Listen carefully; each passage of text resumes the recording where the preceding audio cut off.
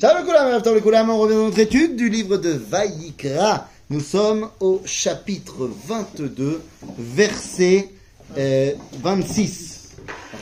Donc, Perek, Kaf, Bet, Pasuk, Kaf, Vav. Dans les gros livres blancs, c'est à la page 366. Mais dans d'autres livres, c'est dans d'autres pages. Vayedaber Hashem El Moshe לאמור, שור, או כסף, או עז, כי ייוולד, והיה 7 ימים תחת אמו, ומיום השמיני והלאה ירצה לקורבן של השם. Pour ceux qui ont suivi mes petits cours du matin, c'est exactement sur cette mitzvah-là qu'on est arrivé ce matin. Que lorsqu'on emmène un korban, un sacrifice, eh bien, l'âge requis pour l'animal qu'on va amener en sacrifice doit être de minimum 8 jours. Ok, s'il n'a pas 8 jours, on ne peut pas l'amener en sacrifice. Pourquoi ? Eh bien, ça se voit que tu n'as pas écouté mon cours de ce matin, car j'y ai répondu. Je peux être coupable. Eh bien, voilà. Alors pourquoi ? Eh bien, pourquoi ? Pour la raison simple que le korban, le concept même du sacrifice, est là pour nous rattacher avec ce qui dépasse cette réalité. Le korban est là pour faire le lien avec le transcendant.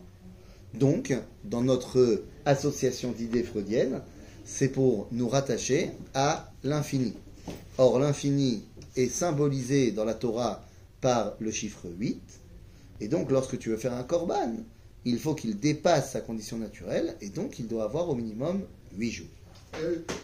Oui. Pour les mathématiciens, ils représentent l'infini par un 8 renversé. Oui, bien sûr. Bien sûr, le symbole de l'infini, c'est le 8. Mais est-ce que c'est les mathématiciens qui ont lancé ça, ou est-ce que c'est la Torah ?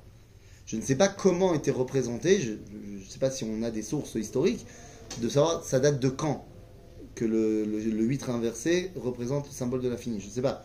Toi, tu sais peut-être depuis quand c'est. Il faudrait voir. Est-ce que c'est une intuition qui était existante chez les hommes, chez les Grecs anciens, j'en sais rien, ou est-ce que c'est quelque chose qui est vraiment un don du judaïsme ?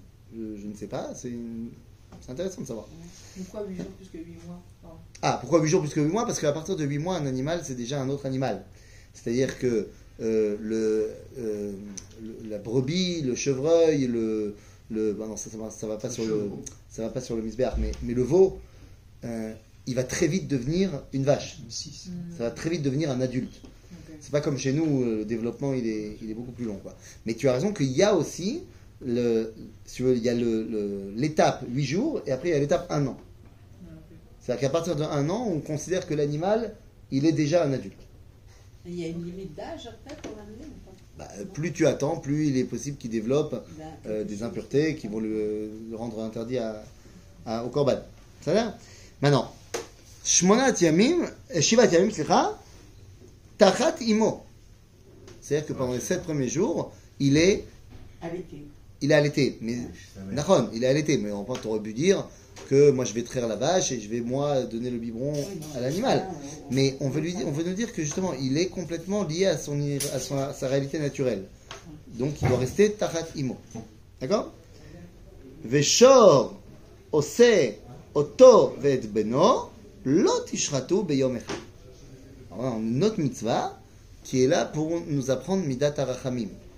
Pour nous apprendre, ça fait partie il y a toute une liste de mitzvot qui sont par rapport au bien-être animal, qui sont par rapport à notre relation avec le monde animal. Il faut bien comprendre une chose.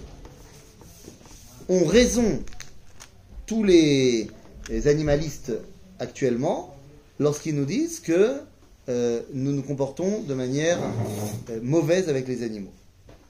Ils ont tort lorsqu'ils viennent dire que la solution, c'est d'arrêter de manger les animaux. C'est-à-dire, l'animal est évidemment d'un niveau de conscience, d'un niveau de capacité à construire le monde, moindre qu'un homme.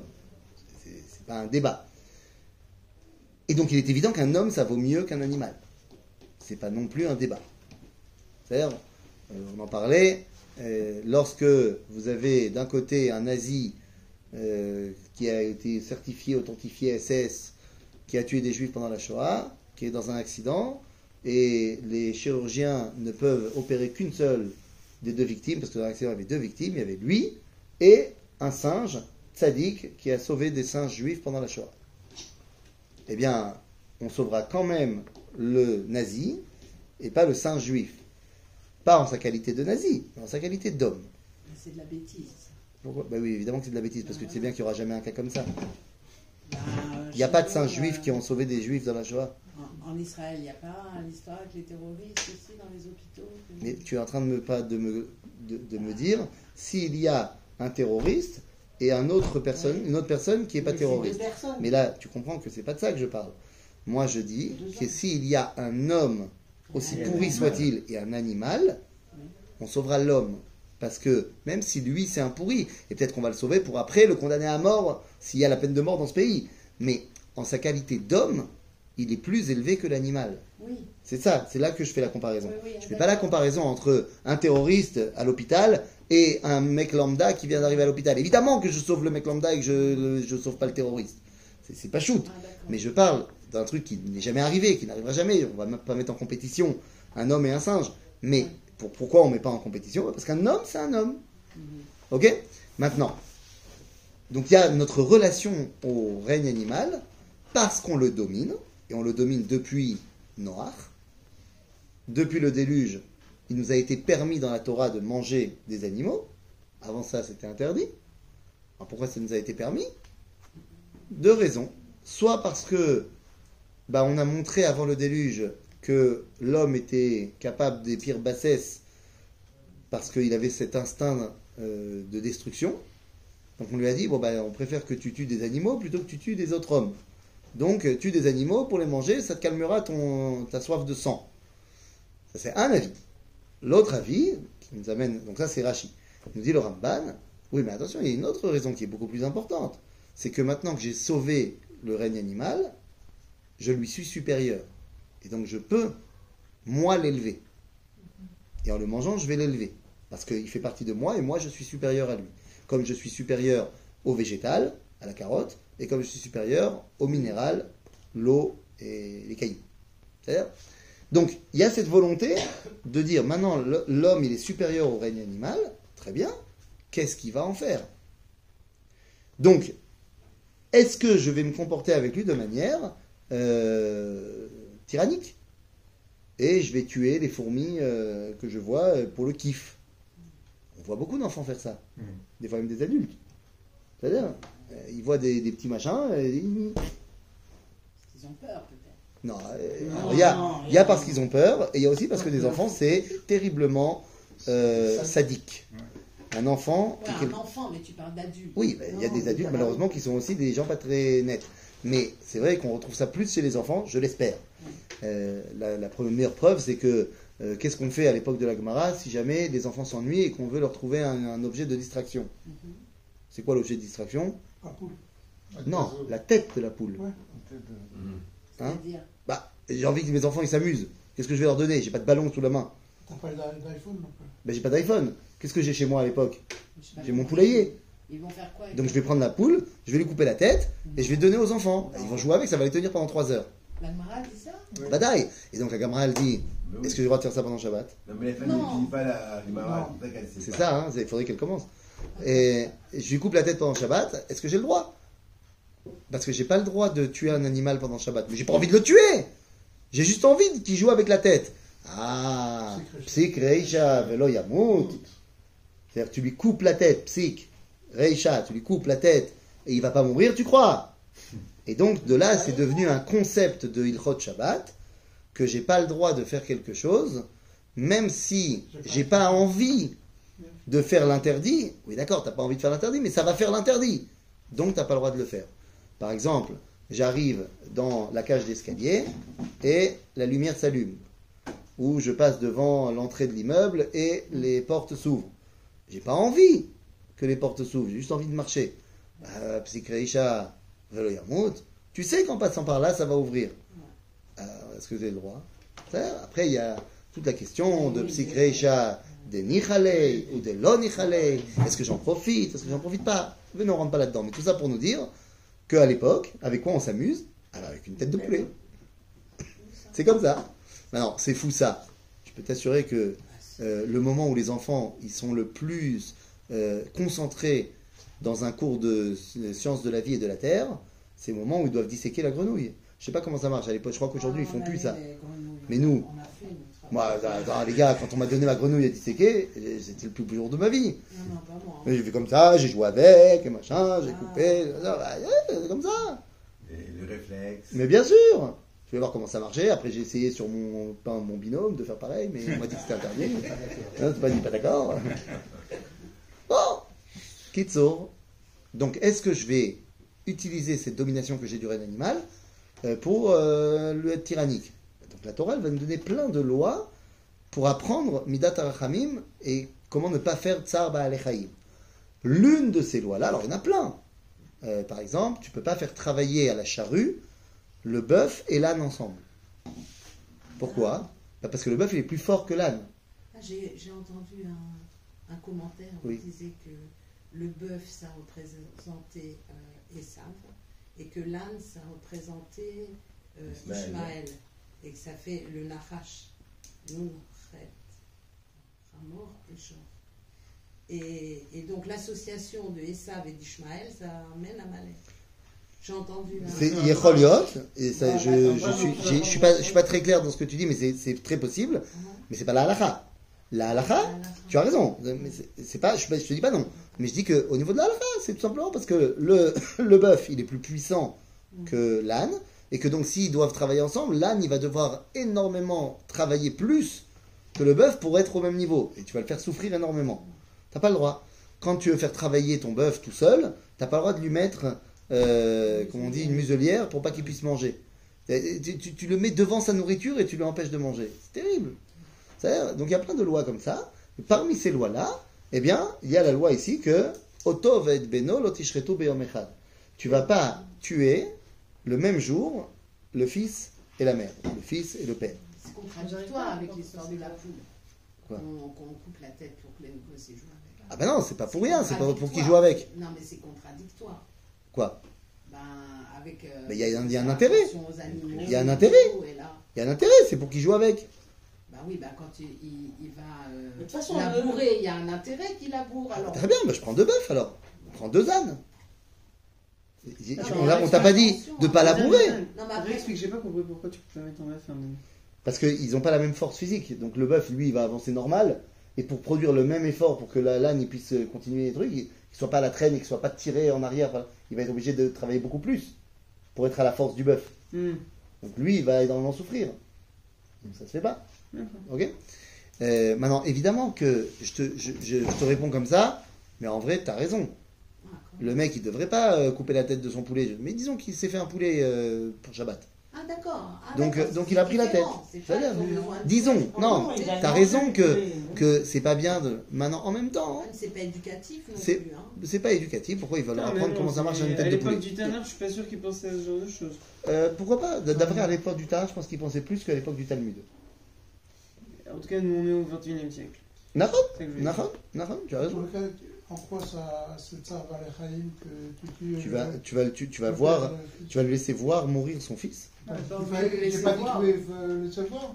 Nahon, C'est tu pas dis, la mais même chose. donc pour être sûr que l'un ne voit pas l'autre se faire tuer, eh bien, Oto ve et beno, l'autre ishretu beyom echad. Non, je comprends D'ailleurs, pas pourquoi ça- non, je hein comprends Non, mais pas si, pourquoi ça Pourquoi empêche de voir. Bah, C'est- on va pas les tuer le même jour, donc. si tu le tues un autre jour, Et alors si tu le tues un autre jour Ouais. et qu'il voit son fils. Donc il y en a un des deux qui va peut-être voir l'autre. Nahon, mais le deuxième, c'est sûr qu'il pourra pas le voir. Oui, mais dans tous les jours de l'année. C'est-à-dire, peu importe le jour où je vais. Oui. Il y en a un qui va mourir avant, c'est logique que quoi qu'il arrive, l'autre. Donc on va pas les tuer ensemble. Mais je n'arrive pas à comprendre pourquoi c'est un truc pas cool. Enfin, pourquoi je comprends pas pourquoi c'est Bon. pas quelque chose de bien pour le bien-être animal. Pourquoi c'est important, genre que Non, le c'est même ça. jour tu Pourquoi ce tues serait pas mal les de le deux faire? Parce que moi je me dis en tant qu'humain, une mère et un Ouais. enfant quitte à être tués, autant que ce soit tué le même jour, comme ça l'autre il a Ouais, pas mais la peine n'oublie de pas l'autre. que lorsqu'on va passer les 7 jours où ils sont où elle l'allait, quoi, après ils sont plus ensemble. Ouais. C'est pas que si déjà on les tue ensemble, on les élève pas ensemble. Ok, donc Il y a à pas, plus ils forte restent raison ensemble. qu'ils vont même pas le voir que. Donc que l'autre donc est on mort. va pas les. Bah oui, mais quand on les amène à l'abattoir, on les amène ensemble à l'abattoir. Je sais pas. C'est- À l'époque, il n'y a pas des énormes abattoirs. Mm. C'est moi qui vais tuer dans mon jardin. Ouais, j'ai compris. Voilà, donc là, je vais quoi? Je vais amener le veau et il va voir sa mère parce qu'il va se reconnaître. Mm. Donc non, on fait pas ça. Ok. Ok? Agave, aujourd'hui, comment on fait quand il y a des énormes abattoirs où la traçabilité de l'animal, tu sais pas, machin, ben en fait, dans tous les abattoirs cachers, on ne fait pas de shritot de veau et de bœuf le même jour. Ah, ça. Il y a une journée où c'est les bœufs, les veaux, et une journée où c'est les bœufs. Comme ça, on est sûr que Oto va être Benol, Oti Shretu Beyom Echad. Ok? Top, nous. וכי תזבחו זבח תודה להשם, לרצונכם תזבחו, ביום ההוא יאכל, לא תותירו ממנו עד בוקר, אני השם. On revient sur quelque chose qu'on avait déjà vu, c'est le Korban Toda. Korban Toda, c'est un Korban très particulier, qui est un Korban Shlamim, ce qui veut dire que normalement, je devrais avoir pour le manger, puisque ce qu'on appelle Kadashim Kalim, je devrais avoir pour le manger 2 nuits, 2 jours et 3... non, excusez-moi. Je devrais, disons que je l'amène à 2 heures de l'après-midi, je devrais pouvoir le manger l'après-midi, le soir, le lendemain, jusqu'au matin du 3e jour. Alors que là, je n'ai le droit de le manger que le jour où je l'ai shrité. C'est-à-dire qu'au petit matin, finito la comédie. Donc c'est pas comme un shlamim. Voilà, c'est un shlamim mais qui est particulier, que je ne peux manger que yom velaila. Pourquoi? Eh bien parce que c'est un korban toda. Et en plus, je dois lui amener 40 pains avec le bœuf. Donc ça fait beaucoup à manger. Comment est-ce que je vais faire pour tout manger en un repas et demi? Ben, il faut que j'invite des gens. Bah oui, c'est ça. Et c'est ça le truc. Il faut que j'invite des gens. S'il s'agit de dire merci, ça doit se faire en grande communauté. Bien, C'est pour ça ça que les Séoulat Todaïa, on les fait ensemble. Nachon. Et c'est pour ça que quand quelqu'un un jour m'a demandé qu'il a eu un accident de voiture et qu'il a été sauvé, et ça, il voulait faire remercier à Dieu, il m'a demandé est-ce que je peux faire un chèque à une yeshiva, faire un grand don à une yeshiva pour. Je lui ai dit non. Si tu veux faire un don, tu peux faire un don, ça n'a rien à voir, mais remercier à Kadosh Baruch Hu, le montant que tu voulais donner à cette yeshiva dans le chèque, tu leur dis je vais vous inviter à faire une Séouda Todaya pour la yeshiva et je vous raconterai l'histoire de mon sauvetage. Ça? Est-ce qu'on peut inviter plusieurs familles Bien sûr, Oui, oui. autant que tu veux. Se regrouper à plusieurs familles. Autant que tu veux. Bah, il faut bien beaucoup de gens pour manger tout ça. Ok? Donc il n'y a aucun problème. Ushmartem mitzvotai va'asitem otam ani Hashem ve'lo techalelu et shem kodshi ve'nikdashti betor bnei Israël ani Hashem mekadishrem. Donc vous avez la mitzvah d'être kdoshim. Donc on a expliqué ce que ça voulait dire, mais vous avez aussi la mitzvah de lo techalelu et shem kodshi. Alors plusieurs choses. D'abord, on avait déjà expliqué cela, mais je le répète. Ne le... L'otechalou, ça veut dire ne le rendez pas chol. Ah, c'est pas Chilul Hashem. Ben si, c'est ça que ça veut dire. Mazé chilul Hashem. On avait dit que c'était, par exemple, on fait pas les mitzvot. Et en quoi c'est chilul Hashem? Parce qu'on fait pas la volonté de Dieu. Et en quoi c'est Chilul Hashem? On défend pas Dieu entre Ok, et en quoi c'est chilul Hashem? C'est comme en français. Ah oui, profaner. je vois où tu Oui, vas. mais qu'est-ce que ça veut dire? Ouais. Ça veut dire... On rend les choses Quelqu'un m'a demandé d'aller lui chercher un café. Je ne l'ai pas fait. Ah oui, je ne l'ai pas fait. Pourquoi je ne l'ai pas fait? Parce que bizarre, j'avais pas que ça à faire.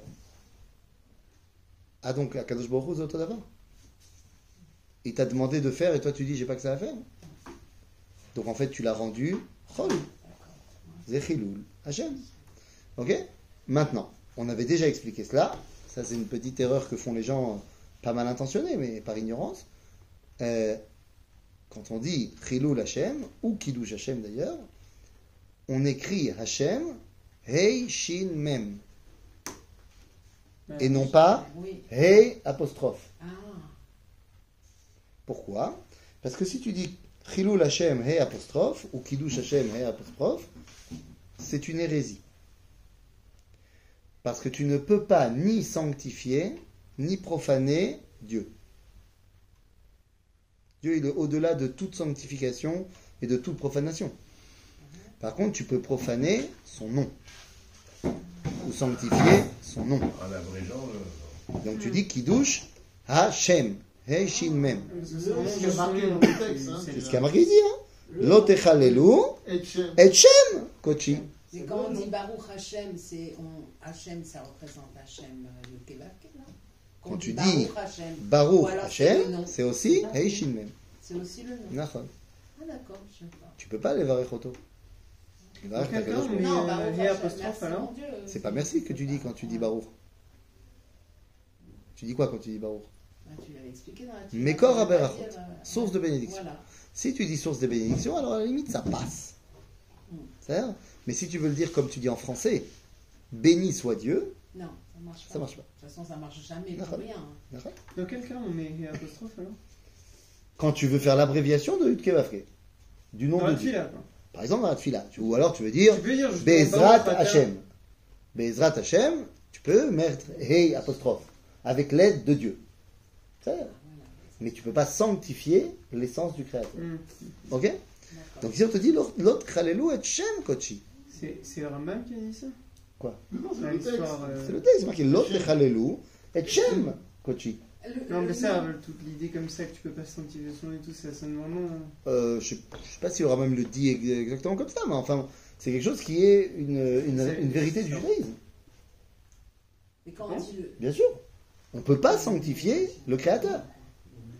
On ne peut pas non plus profaner le Créateur. Il est au-delà de ça. Mais une idée comme ça de l'infini, que tu peux pas le sanctifier et tout ça, c'est quand même super cartésien. Je pense pas que tout le monde est Ok. accordé là-dessus. Bah, c'est bien. Et il y a des gens qui ont tort aussi, ça arrive. Tu penses que c'est. Ah oui, bien sûr, c'est une erreur. De penser qu'on peut avoir une quelconque influence sur l'essence du divin, c'est complètement faux.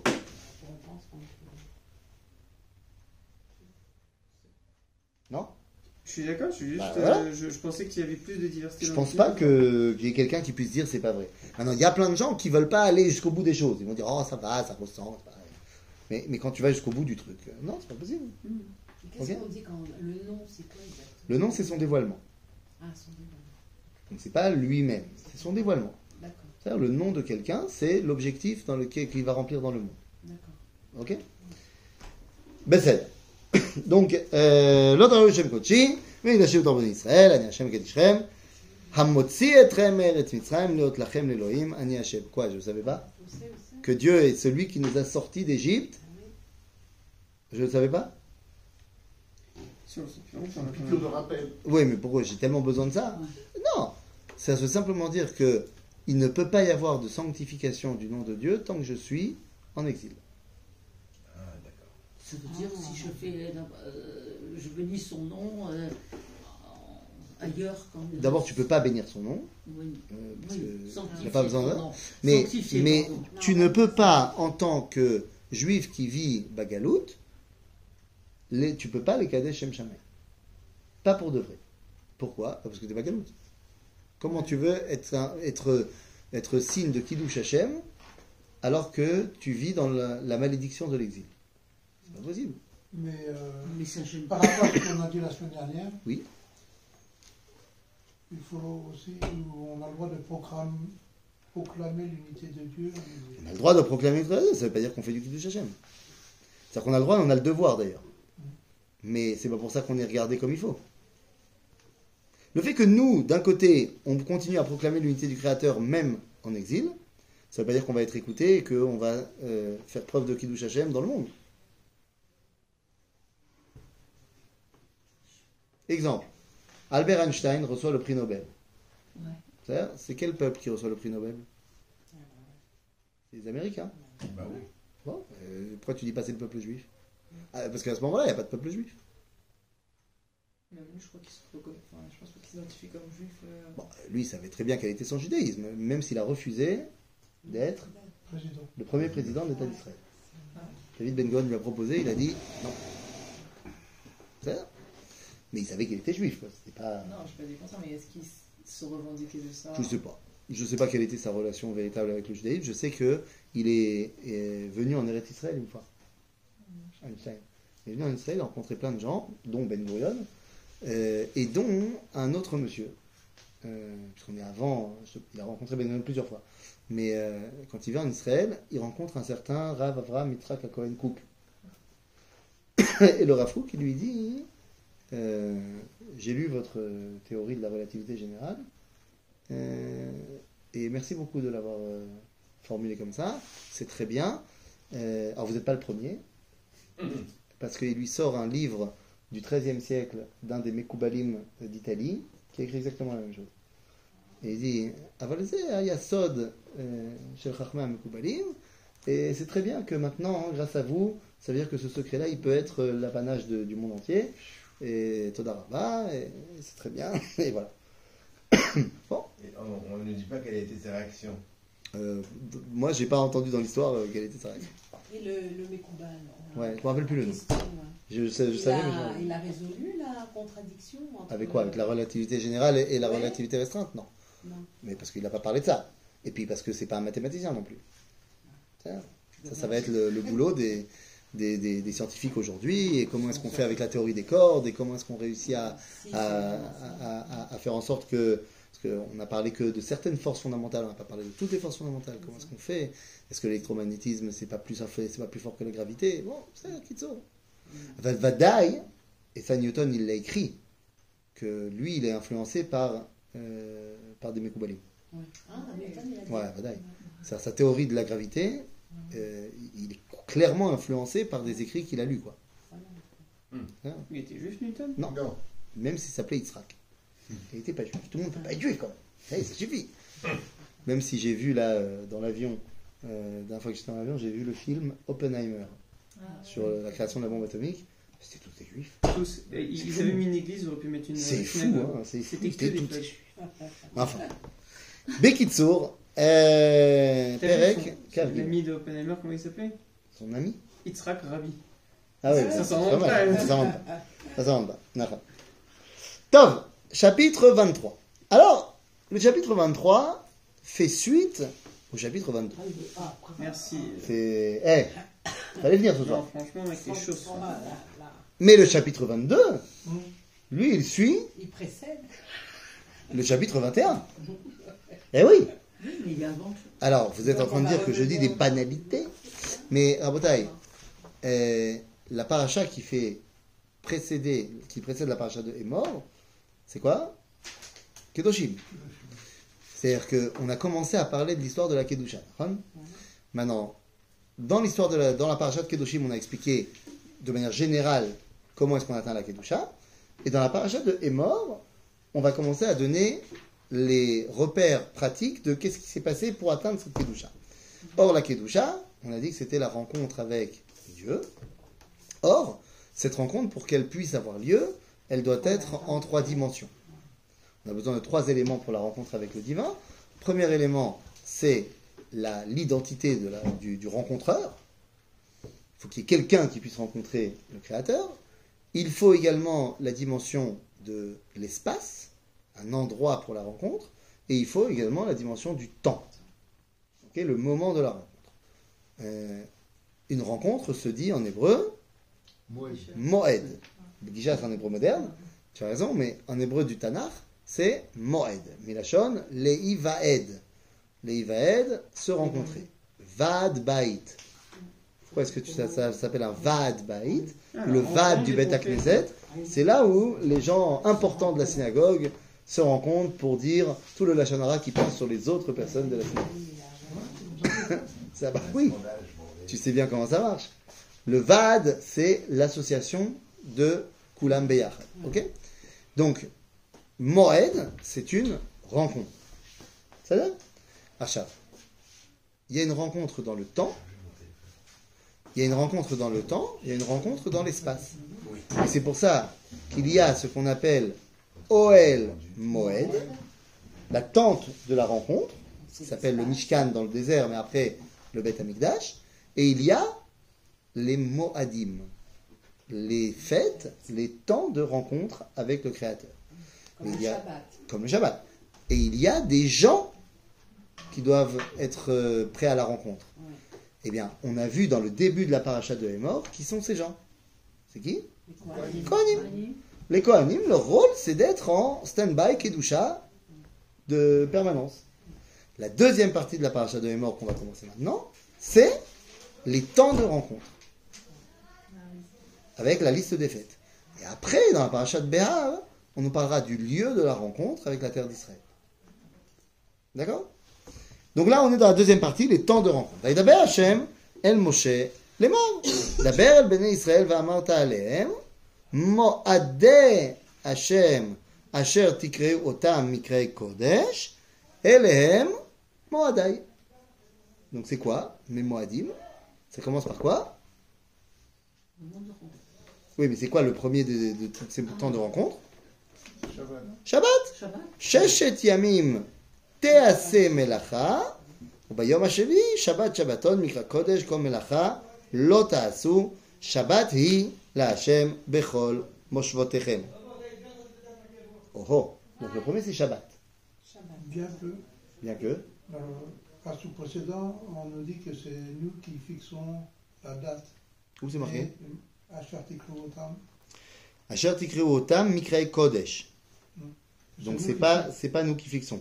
Non, que- non. Les autres, Ce que toi tu Oui. fais référence, c'est Oui. le passouk d'après. Oui. pourquoi? Regarde, le passouk Non. d'après c'est Ele moadeh Hashem mikrei kodesh, asher tikreu otam bemoadam. Un tikra otam et la Voilà, tête. la dracha que tu dis, Al tikreu Non, je fais pas otam de dracha. et la atem, Je ne fais pas de dracha. nous. Je dis que les fêtes, c'est les Bnei Israël qui fixent la date. Non, Mais bon, je suis désolé. ok. La date elle est fixée dans la Torah. Oui, mais quel jour ça Ah, va tomber? Donc ça veut dire que c'est pas les Bnei Israël qui fixent la date.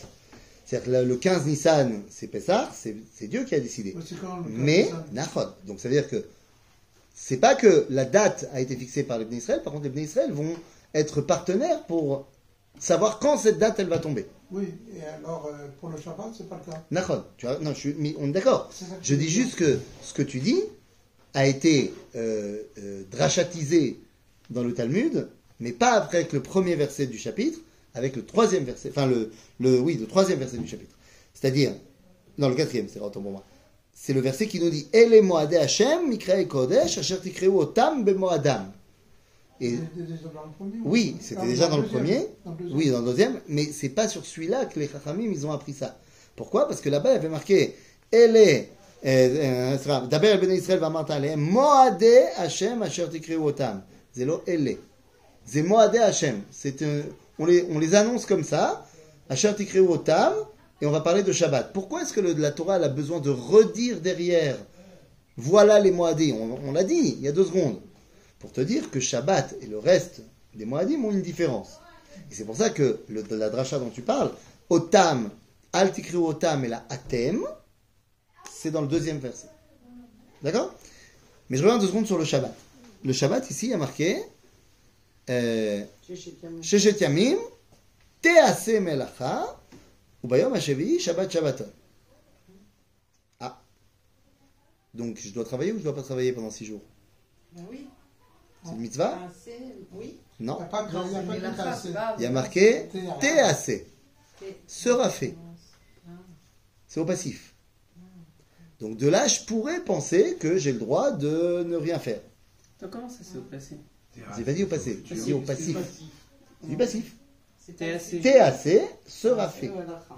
C'est le futur. C'est la melacha qui a Ça peut été être aussi faite. tu C'est feras. pas un futur. Non. Ça peut être aussi tu feras. Au futur, ça sera Ah TAC. non, t'as assez, enfin. Ah, Là, c'est Ouais. TAC. c'est la melacha qui est faite. Voilà, la melacha sera faite. Ah. Donc c'est du passif. D'accord? C'est pas le nifal, Ça, en c'est- hébreu. C'est pas le nifal. Parce que l'action passive, c'est le nifal. Oui, mais là, en l'occurrence, Donc, la forme, elle n'est pas Torah, nifal. c'est pas comme Mais ça. il peut y avoir du passif qui n'est pas forcément du nifal. Bah oui, d'accord. Ça C'est va. naasé, on dirait. Nahon. Là, c'est TAC. Et pourquoi Parce qu'on va on dit parler- pas parce que- naasé? Pourquoi tu veux dire naasé? Naasé, c'est on va faire, c'est pas du passif. Ah non, ah, ouais, je sais pas, c'est pas pareil. Naasa, Naasa. elle a été faite. C'est en passif au passé. Là, on te dit TAC. C'est du futur, mais c'est un passif. Futur passé. D'accord? Non, pas un futur, c'est un futur, mais au passif. C'est-à-dire, c'est pas toi qui fais l'action, C'est la melacha. mais l'action sera faite. Par qui on verra, on s'en fout. Mais ça décline l'action Oh, faite par les... donc la question, c'est voilà, qui doit faire l'action? Mhm. Ah, Shabbat. Ne vous inquiétez pas, il y a un autre verset. Celui que vous dites dans le Kiddush. Sheshet Yamim. Taase melacha. Ata uvincha. Assez précis. Donc il y a un autre verset dans la Torah qui nous dit qu'il faut bosser pendant 6 jours. C'est-à-dire que de la même façon que nous avons une mitzvah de ne pas faire de melacha pendant Shabbat, nous avons une mitzvah de faire des melachot pendant les 6 jours. Mi shelo achal beshabbat, mi shelo tarach be'erev Shabbat, lo yochal beshabbat. Donc tu peux pas te faire inviter Shabbat. Voilà. De là, l'interdit de se faire inviter Shabbat chez quelqu'un. Non, Qu'est-ce alors qu'ils en faut disent à Kharedim participer. quand tu leur sors ça? Bah, ils sont d'accord. Pourquoi tu travailles pas? Bah, ils travaillent tous, enfin. Tu connais des gens qui travaillent pas? C'est pas Avoda, c'est Melacha. Oui, mais la c'est travail. Mais on va expliquer la différence, tu as raison. Mais non, mais ils travaillent tous. Ishtok et Goufo. Ah, Ils envoient leurs femmes, tout va bien. Akol Beseder. C'est-à-dire, Akol Beseder. Mais alors pourquoi une fois c'est marqué t'as assez Ah, alors qu'il dit parce que là, c'est marqué T'as assez, c'est pour que toi tu sois conscient qu'il faut que tu le fasses. Oui, et pourquoi là on dit pas qu'il faut Parce que, Là, c'est la mitzvah parce de que- ne pas faire pendant Shabbat. voilà, parce que là on va te parler du Shabbat. Donc il se trouve que la melacha elle sera faite pendant les 6 jours, mais c'est pas ça qui m'intéresse ici. D'accord. D'accord? Maintenant, Shabbat, Shabbaton. Shabbat, Shabbaton, ça veut dire quoi? On doit faire une répétition du Shabbat, C'est pour Shabbaton. renforcer le Shabbat.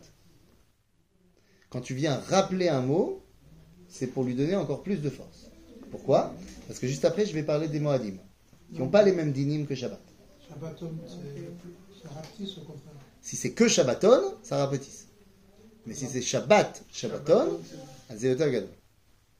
Ok? Maintenant, la différence entre Melacha et Avoda, comme tu dis, il y a une différence, effectivement. C'est quoi la différence? Avoda, c'est un effort physique. Ah,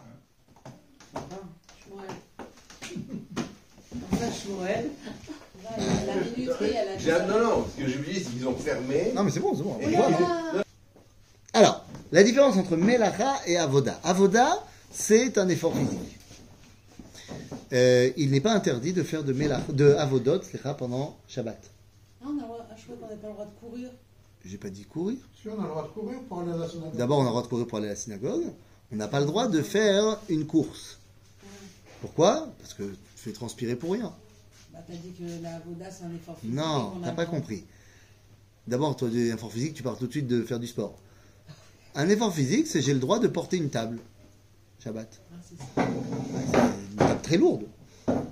J'ai le droit d'ailleurs, j'arrive ici pendant le Shabbat dans le Beth Midrash et je me dis vraiment, c'est- Je l'ai pas. non mais ça serait quand même vachement plus beau si la bibliothèque elle soit là-bas.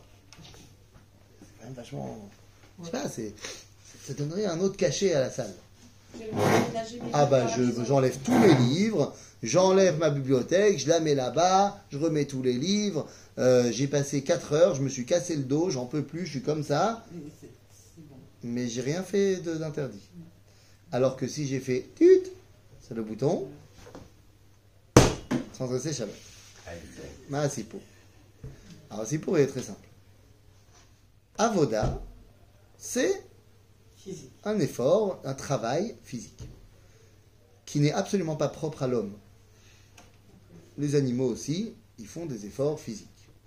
Dans le très bon livre Astérix Scheherazade, eh bien, à un moment donné, Astérix et Obélix vont à la rencontre d'un éleveur d'éléphants. Et ils sont vachement bien dressés, ils arrivent à porter des troncs d'arbres, des rondins énormes, sans aucun effort. Et Obélix, il dit, je vois pas ce qu'il y a d'extraordinaire, moi aussi j'arrive à le faire. Bon. Mais les animaux, ils ont plus de force que nous pour certains. Et ils feront toujours mieux le travail dans les champs que nous. Ça, après, on a inventé un robot. Ah. Mais ça, le robot, il n'est pas capable de le faire, l'animal. D'accord. Donc quand toi, tu fais un truc qui est le propre du génie humain, ça s'appelle Melacha. Ok? D'accord. Donc appuyer sur un bouton, c'est pas un effort physique. Même un singe, il peut le faire si tu le dresses. D'accord. Mais combien de cerveaux extraordinaires il a fallu pour arriver à Thomas Edison et son ampoule qu'il a volé à Tesla. C'est là, à Nicolas. Mais c'est de ça qu'on parle. Donc c'est pas une question de, comme dirait mon père, Bon, ça va, dans le désert, c'était un effort de faire un feu, j'ai bien compris, donc je comprends pourquoi c'est interdit d'allumer le feu, mais allumer, ça n'a rien. Parce que ça n'a rien à voir. Il ne s'agit pas de savoir si c'est un. Oui. Mais déplacer toute la bibliothèque de là, c'est un effort physique. Oui, mais c'est pas le génie humain. Un animal, il peut aussi déplacer plein de choses d'un endroit à un autre parce qu'il a besoin. D'accord. C'est pas le propre. Il n'a pas fallu une réflexion humaine pour faire ça. D'accord. Alors que créer une ampoule, ça c'est autre chose. D'accord. Ok? Donc c'est ça la grande différence entre Melacha, qui est interdit pendant le Shabbat, il y a 39 Melachot, et les Avodot de Besed. Ok? Besed. Donc voilà, donc ça c'est pour Shabbat. Ensuite, on dit, elle est.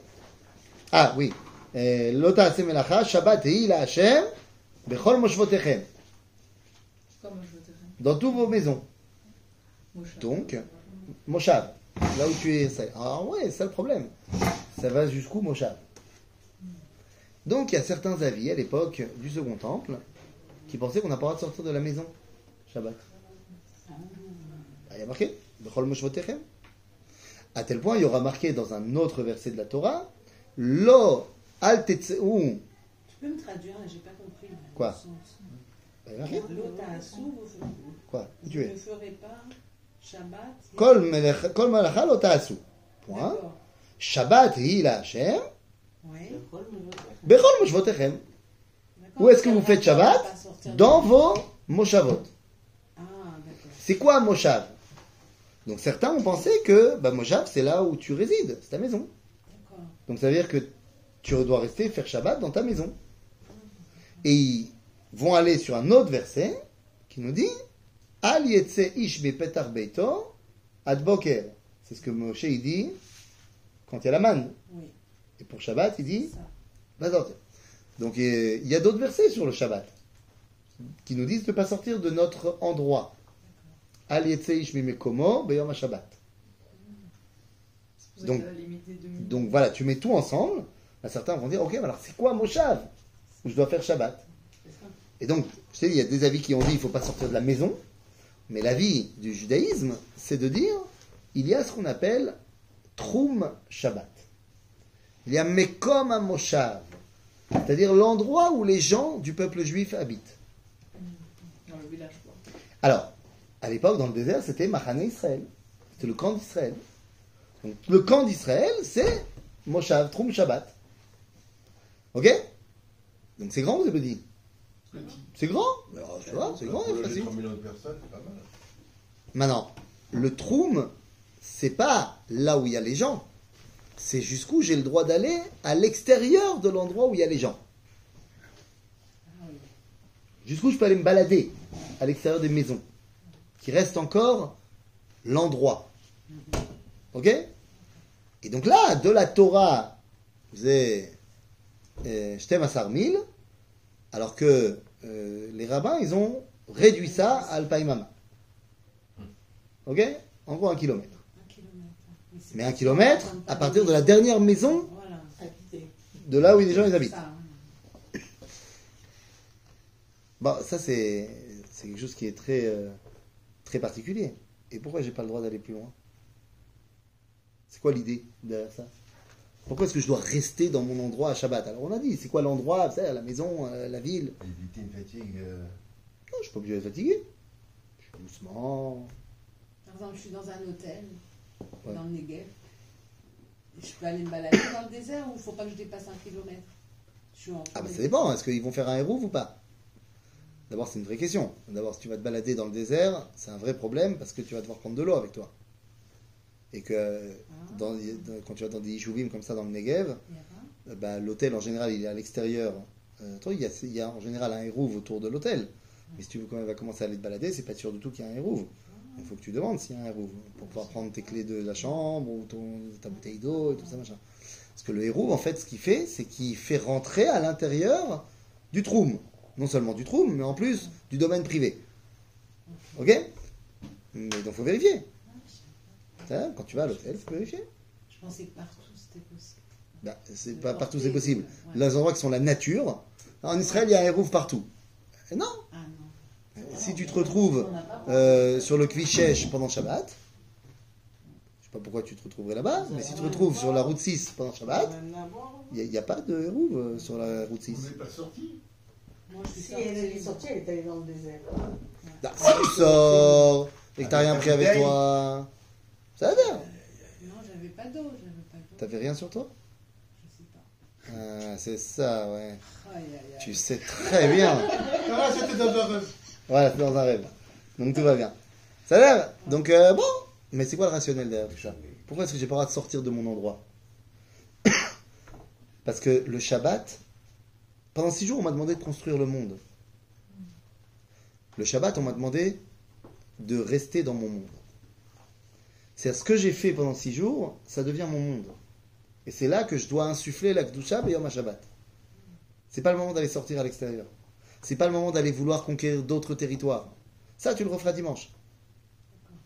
Mais le Shabbat, c'est le moment où je vais insuffler la Neshama aux 6 jours où j'ai bossé. Donc ça doit être dans l'endroit où j'ai bossé pendant 6 jours. Zé Makom Sheli. D'accord? אלה מועדי השם, מקראי קודש, אשר תקראו אותם במועדם. Nous disent nos sages, אל תקרא אותם, אלא אתם. אתם אפילו, il y a une suite à la phrase. אתם אפילו שוגגים, ואתם אפילו מזידים. Est-ce que je dois obéir si les rabbins m'ont dit de faire quelque chose et je sais qu'ils se sont trompés? Hein? Bah Oui. non. Bah non. Oui, bah, c'est bien sûr. Si, bien sûr. Si je suis sûre qu'ils se sont trompés. Tu ne dévieras ni à droite ni à gauche. Il y a fait. Il y a marqué dans la paracha de Shoftim. Hein? Quelqu'un de la date de Yom Kippour. Alors justement, il y a marqué dans la paracha de Shoftim. On a lu il n'y a pas si longtemps.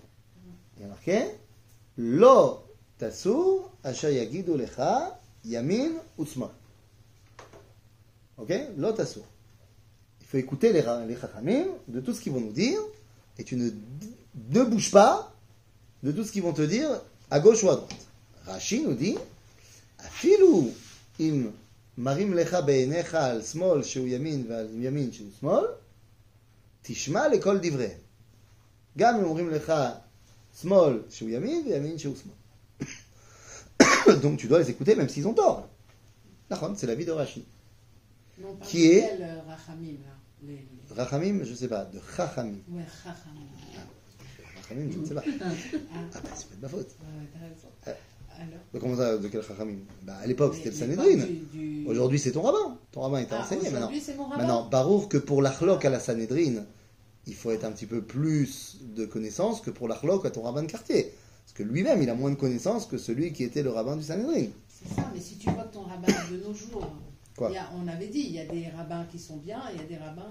Donc bof, si, mais encore une fois, donc donc il faut, l'écouter quand même le mauvais rabbin. Non, mais Je il faut m'excuse l'écouter. de dire ça, Mais ça veut dire quoi? Il faut l'écouter. Si toute la question est de savoir, même à l'époque du Sanhedrin, s'il a tort, est-ce que je dois l'écouter ou pas? Rashi semble nous dire que même s'il te dit que la gauche c'est la droite et que la droite c'est la gauche, tu dois l'écouter. Ça vient pas de Rashi, ça vient du Sifri. Donc Sifri, c'est déjà les Tanaïm qui nous disent ça. Seulement, c'est pas la halakha.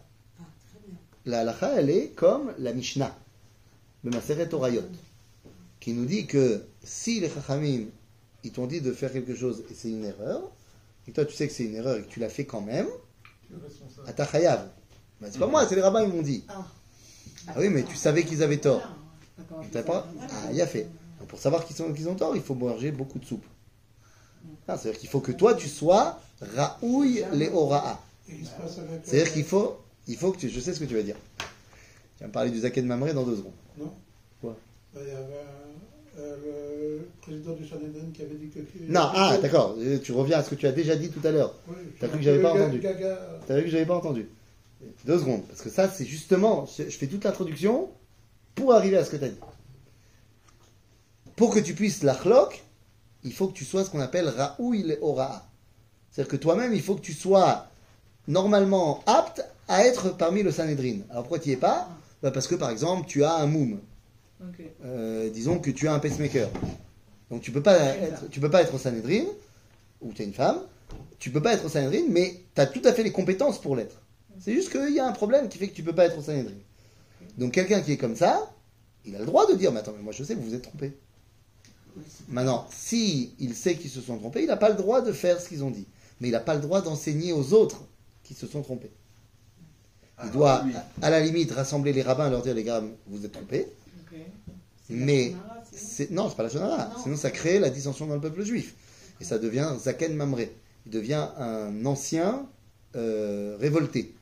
Et on n'a plus le droit de l'écouter pour rien, et il est passible de mort, et machin. Bon, mais ça veut dire quoi? Ça veut dire que tu écoutes les rabbins quand ils ont raison. Sauf pour un cas. Pour la décision du Rosh Chodesh. Et la Gemara nous raconte l'histoire, qui est mentionnée déjà dans la Mishnah, qui nous raconte l'histoire de la machloket entre Rabban Gamliel et Rabbi Yehoshua. Rabban Gamliel était le nassi du Sanhedrin, le chef des rabbins. Rabbi Yehoshua était un des rabbins. Et ils étaient en machloket de savoir quand est-ce qu'on devait faire Rosh Hashanah. Quand est-ce que ça tombait. Et la machloket était extrêmement grave, puisque c'était une machloket sur ce qu'on appelle Molad Zaken. Il y a 4 façons de déterminer quand c'est la nouvelle lune. L'un s'appelle Zaken, et en fait, la machloket entre les deux était sur 17 minutes. Vraiment une machloket très importante. Bon, voilà. Sauf que, ça décalait d'un jour Rosh Hashanah. Et Rabbi Yehoshua a dit, t'as tort! Il a dit à Rabban Gamliel, il t'a tort! Et Rabban Gamliel a dit, c'est moi le chef. Et donc j'ai dit que c'était comme ça. Et je t'ordonne de venir me voir, on n'habite pas dans la même ville, je t'ordonne de venir me voir le jour de Yom Kippour selon ton calcul. Donc pour moi, ça sera la veille. Mais selon ton calcul, Yom Kippour, ça tombe un jour avant moi. Je t'ordonne de venir le jour où toi, tu penses que c'est Yom Kippour. Donc de faire tous les kilomètres, pas de hérouve, machin, avec ton bâton, tes sandales en cuir, et ta bourse, évidemment donc ton eau, parce que tu vas devoir boire. Voilà, le jour de Yom Kippour pour toi. Et il le fait. Et il vient chez lui, et quand il le voit arriver, il lui dit, Baruch, Abba, Moriv et Talmidi. Moriv et Ken, Talmidi, que tu as accepté, que c'est moi le chef, et Mori parce que tu m'as enseigné la halakha. Il a tort, Ken. Aval, pour ce qui est de la déclaration de quand c'est le nouveau mois, celui qui a le droit de le faire, c'est le chef des rabbins, le Sanhedrin. Et donc, au final, la décision, elle revient au chef des rabbins et au vote à la majorité. Et donc, même si on se trompe, et même si on se trompe volontairement, parce qu'on ne peut pas faire Rosh Chodesh aujourd'hui, ça ne marche pas. C'est un problème. Il y a trop de gens qui sont coincés, il y a des embouteillages à l'entrée de la ville, ils n'arriveront pas à venir. Donc on décale d'un jour. Ouais. Mais on a vu la nouvelle lune. Ouais, je me fous. On a le droit. On peut même décaler Pessah d'un mois s'il y a besoin. Nachon, ça veut déjà fait ça. Mais attends, c'est pas possible. Nachon, si c'est possible. Pourquoi? Parce que Al Tikreo Tam est là à Tem. Il y a aussi la question pour Adouroche aussi. Oui, Adouroche aussi. Qu'on a décidé, pour régler des conventions de commodité, qu'on ne fera pas Rosh Hashanah, ni le premier jour de Rosh Hashanah, ce ne sera jamais un dimanche, un mercredi ou un vendredi. Parce que sinon, ça crée des problèmes avec Shabbat, ça nous saoule. De nos jours, personne. De nos jours. On a créé, pour Kippour, pour plein de choses, ça crée des problèmes. Donc on a dit... Parce que c'est vous qui avez parlé la dernière fois de Shana Rabbah, un Shabbat. Oui. Non, ça peut créer plein de problèmes après. Donc on s'est arrangé pour dire que le premier jour de Rosh Hashanah ne tombera jamais un dimanche, un mercredi et un vendredi. C'est bon, on se débrouille. Et on a fait un calcul. Mais ça peut marcher que une fois qu'on a terminé de faire le nouveau mois avec la vue de la nouvelle lune. Parce que si c'est la vue de la nouvelle lune, ça ne marche pas. Mais à partir du moment où on a fait le Rosh Chodesh avec un calcul mathématique, alors tu peux mettre dedans des variables qui t'arrangent. C'est ça? Ok? Bon, c'est quoi ces temps de rencontre, cette liste de fêtes? Eh bien, ça, c'est ce que nous verrons pas la semaine prochaine, puisque la semaine prochaine, c'est Rosh Hashanah. C'est un mercredi? Ce sera non, c'est un jeudi. Mercredi soir. Jeudi. Donc après, on se retrouve. Avant Kippour.